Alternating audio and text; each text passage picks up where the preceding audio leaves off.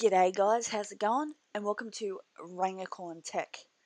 So today on the Tech channel, we're going to be unboxing the Capture KPT 500. The company's slogan is, "Your eyewitness on the road."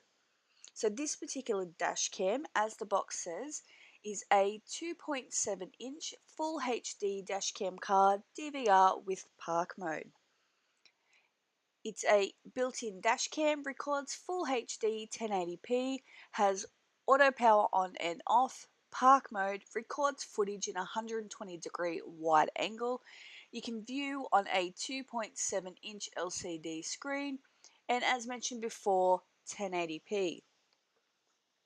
So on the front of the box you can see the actual dash cam itself with the camera here in the front. Now the picture below is showing you the reverse side of the dash cam and what it looks like. On this side of the box, it gives you the details of the product. It also tells you some of the functions mentioned on the front of the box, but also includes more functions such as the G sensor. So from my research, the G sensor will actually save any recorded footage on the SD card when the dash cam senses that you've had an accident. So whenever you have an accident, that footage is automatically saved because it will be the last thing you're thinking of. Now, park mode, from what I've read, means that when you park your car and leave it, if the dash cam senses anything, it will start recording for about 30 or so seconds. So that helps you out if you park your car in, say, a shopping centre and someone runs into your car and decides that they're going to leave. Now it does have loop recording, which means that if you have not saved any of your footage, once that SD card is full, the dash cam will record over it. So you don't need to worry about running out of space. Now it does have a built-in microphone and it does have motion detection, as I mentioned earlier. Now it does come with a screensaver when turned on, and it does automatically record when you start your car. It's got a built-in speaker for viewing any footage on the dash cam, and the dash cam requires a micro SD of up to 32 gigabytes to save any data. And you can use this dash cam in multiple different languages. The other side of the box shows you what the dash cam looks like connected to the car mount, and it also tells you what's in the box. So it comes with the KPT 500 dash cam, a USB cable, a car mount, a car charger, and the manual. On the back of the box here, it gives you a glimpse of the different things you can use this dash cam for. It says you can experience some great moments while on the road, but it can be unpredictable. So this camera helps you beat the my word against theirs with actual evidence. And it says you will be able to record your memories and experiences on the road with a visual, audible, and timestamp record. It does give you some of the finer details on what each of the functions are, and it mentions the G sensor and park mode. It says you'll never run out of recording space with loop recording. Now it will record when motion is sensed with motion detection. It automatically powers up and records when you start your car, and it does have a clever design.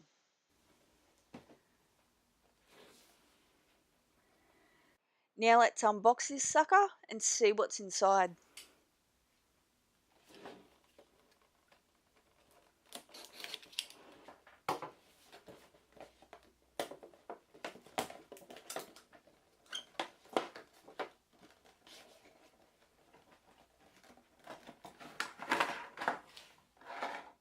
Here we've got the dash cam, but we'll leave it off to the side and look at it later. Alright, so we'll see what's in this box first.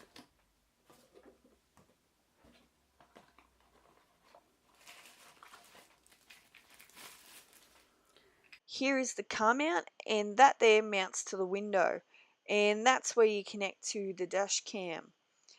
It looks like that here this can be used to loosen or tighten your dash cam to help support it while you're driving so it won't move around as much. Now this clip applies pressure when you mount it to your windscreen.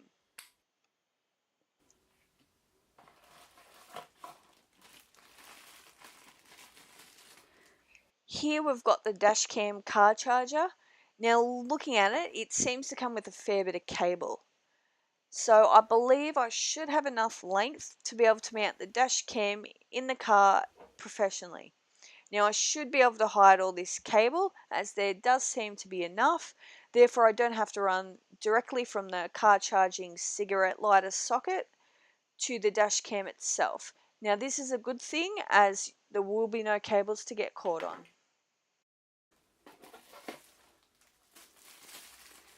Here is the USB cable, which is used to plug the dash cam directly into your computer where you can save your recorded footage, and here plugs into your dash cam.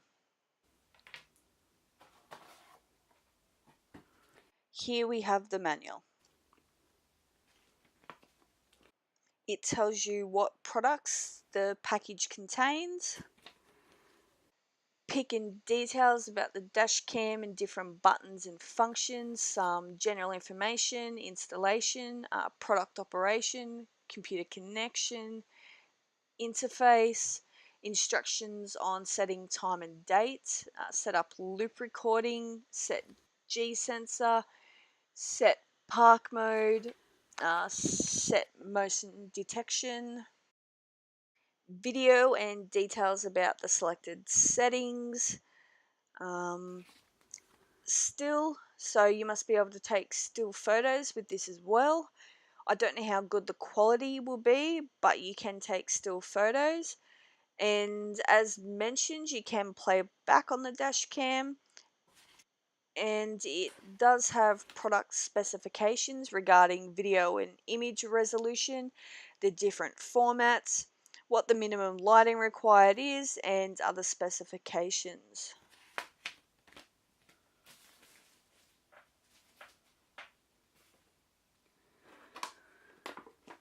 Alright, so here's the dash cam. On the front, it tells you that it's the Capture Full HD 1080p, and it's got the camera here. The camera itself does say ultra wide field of view. The F number, or the F stop for those in photography, is 2.0, car digital video camera. Now these small circles around the camera are infrared LEDs, which act like a spotlight on recorded footage, which should hopefully improve the quality of night footage. This here must be where the mount goes, so it fits in snugly there. We've got the USB, I'll turn that the other way so you can read it. We've got the AV. Here we've got the 2.7-inch LCD screen. We've got mode, OK, menu, up, down, and power. So there's nothing on the side. Down the bottom here we've got the mic, the SD slot, and a HDMI port. So there you have it guys, the KPT 500 by Capture. $79 here in Australia at JB Hi-Fi. Now I'll do some research and I will post the price for the dash cam in countries like the US, UK and Canada in the description. Now I will be using this dash cam in my car over the next couple of weeks in order to get a feel of the dash cam, what it's like, how easy it is to use and what type of quality footage and audio it produces. Now being a dash cam, it want to produce some pretty good footage as you want to be able to see number plates clearly from a distance and close up. I will be doing a review of this dash cam on Orangucorn Tech in the next couple of weeks and I'll let you know what the results are. I'll also take a couple of still photos to see if I can do it using the dash cam or if I have to do it post-recording. I brought this dash cam for the what if scenario. The three main reasons are: 1. For insurance purposes if we both disagree.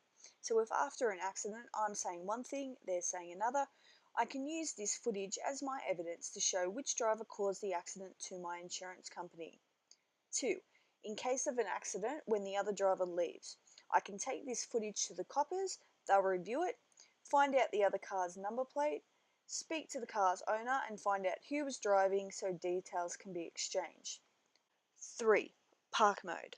Almost everyone has had someone hit their car in a car park and leave.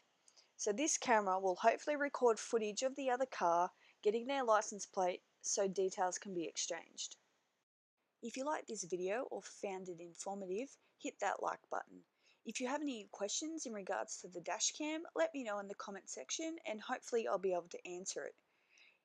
If you have any ways in which I can improve this channel, also let me know in the comment section. All in all guys, hopefully you enjoyed this video as I definitely enjoyed making it, and I'll catch you later.